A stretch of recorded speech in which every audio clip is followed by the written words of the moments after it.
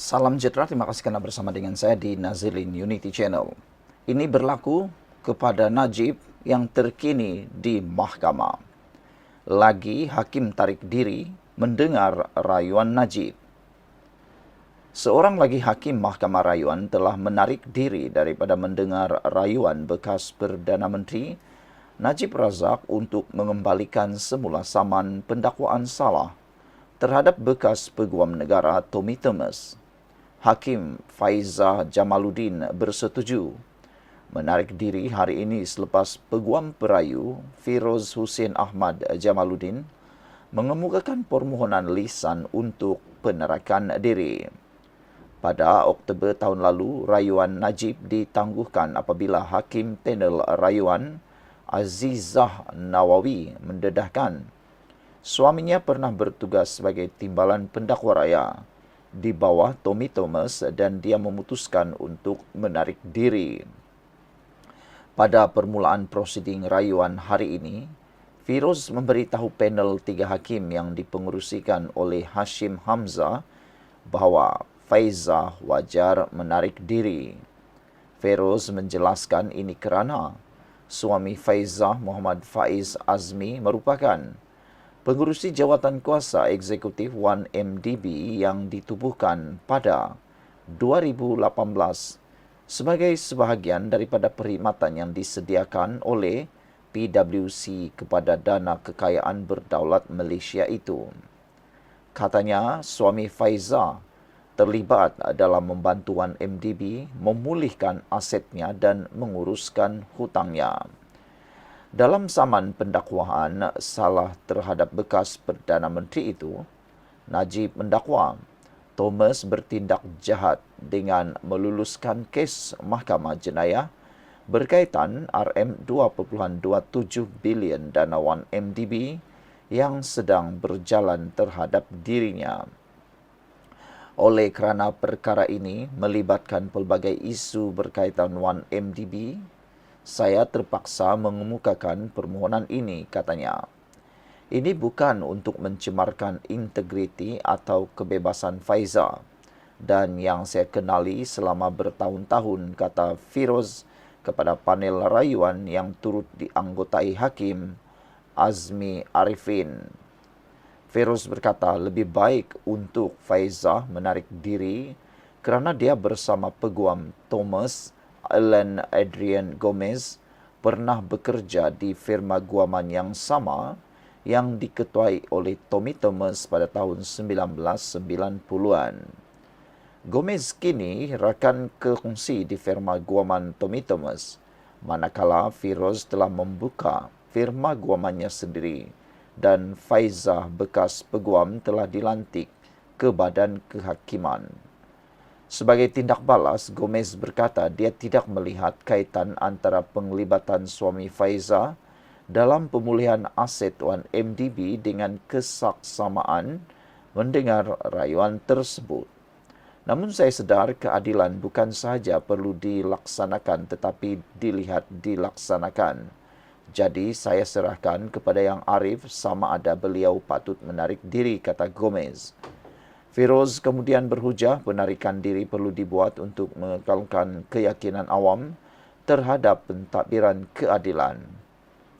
Faizah bersetuju menarik diri atas kepentingan keadilan, menjelaskan suaminya telah bersara daripada jawatan kuasa eksekutif tersebut tahun lalu. Hakim Hashim kemudian menetapkan 3 Disember untuk pengurusan kes rayuan Najib, manakala Firoz menyatakan mereka akan meneliti senarai hakim rayuan untuk memilih panel yang sesuai bagi mendengar rayuan itu. Pada 25 November tahun 2022, Hakim Mahkamah Tinggi Kuala Lumpur Ahmad Batche membenarkan permohonan Thomas untuk membatalkan keseluruhan tindakan sivil Najib tanpa perlu melalui perbicaraan penuh kerana tuntutan itu dipenuhi isu politik yang tidak berkaitan. Mahkamah Tinggi memutuskan tindakan sivil itu juga kekurangan butiran tentang pembabitan bekas peguam negara dalam pendedahan salah.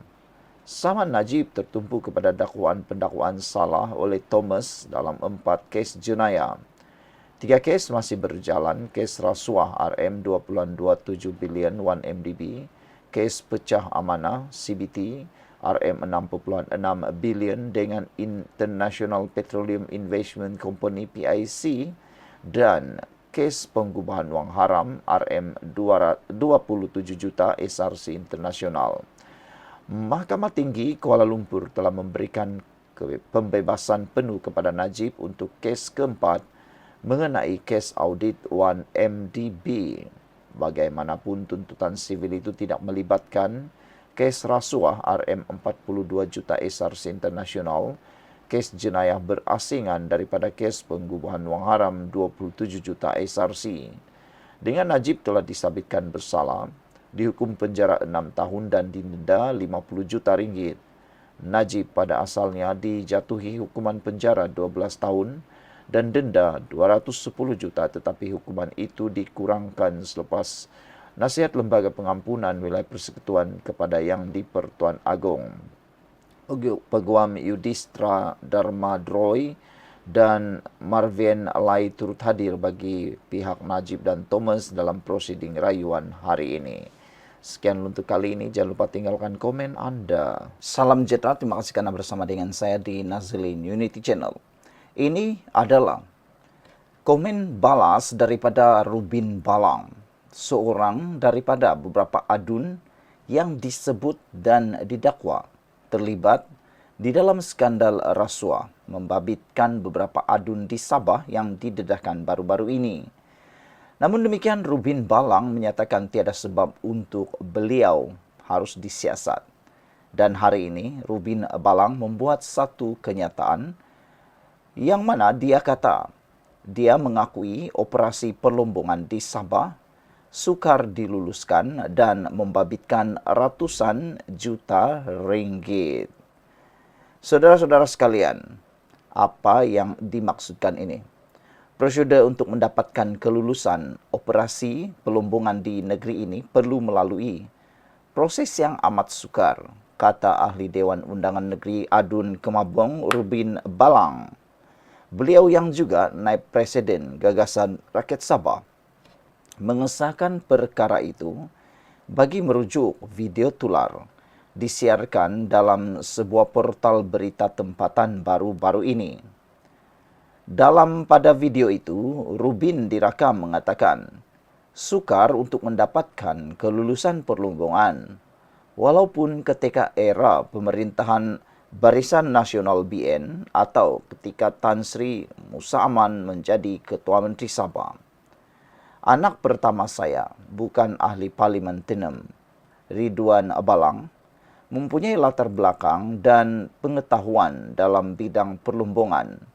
Dan saya tahu dia pernah membuat permohonan perlombongan ketika pentadbiran Musa Aman. Ketika itu, tiada jawatan kuasa maupun jabatan negeri ditubuhkan kerana tiada pegawai yang berpengalaman. Tetapi apabila pegawai lebih berpengalaman bekerja dalam kerajaan persekutuan ditugaskan kembali ke Sabah, kerajaan negeri di bawah pimpinan Datuk Seri Haji Jinor menubuhkan jabatan itu, katanya dalam satu kenyataan. Media sebelum ini melaporkan satu klip audio dan 4 klip video memaparkan perbualan beberapa adun Sabah dengan individu dipercayai bertanggungjawab merakam klip terbabit tersebar di portal berkenan. Selain Rubin Balang, antara adun lain yang dikaitkan dengan klip audio itu adalah Adun Sindumin, Datuk Dr. Yusuf Yaakob, Adun Tempasuk, Datuk Muhammad Arsyad Bestari, dan Adun Tanjung Keramat, Datuk Insinyur Sahelmi Yahya. Beberapa adun di Sabah sebelum ini dikaitkan dengan kes rasuah apabila kandungan video dan audio berkaitan pemerolehan projek mineral tular dalam laman media sosial yang mendedahkan perkara itu. Rubin yang juga pengerusi Perbadanan Kemajuan Ekonomi Sabah SEDCO berkata, di sebalik penubuhan jabatan negeri baharu itu, proses untuk mendapatkan kelulusan akhir masih mengambil masa beberapa tahun dan memerlukan kos tinggi. Beliau berkata pemohon perlu mendapatkan surat minat dari Jabatan Tanah dan Ukur kerana kegiatan perlombongan membabitkan sumber asli. Selepas mereka bersetuju, bayaran RM400,000 perlu dibuat kepada kerajaan negeri. Diikuti semakan lanjut untuk menentukan sama ada terdapat galian atau tidak. Langkah seterusnya memerlukan kebenaran lanjut daripada Jabatan Tanah dan Ukur atau Jabatan Perhutanan. Sebagai contoh, untuk memeriksa tanah seluas 809.4 hektar, perlu menggerudi sehingga 100 meter menggunakan mesin khas, namun ia tidak menjamin jumlah dan kualiti galian yang diterokai, katanya.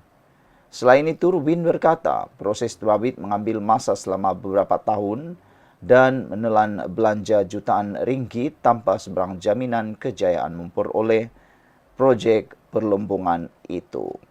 Saudara-saudara sekalian, pengakuan dan pendedahan kali ini memang sangat panas dan sangat bagus. Apabila Rubin sendiri mengakui operasi perlombongan di Sabah sukar diluluskan dan membabitkan kos jutaan ringgit. Sekian dulu untuk kali ini. Jangan lupa tinggalkan komen anda, tekan butang subscribe. Bye-bye.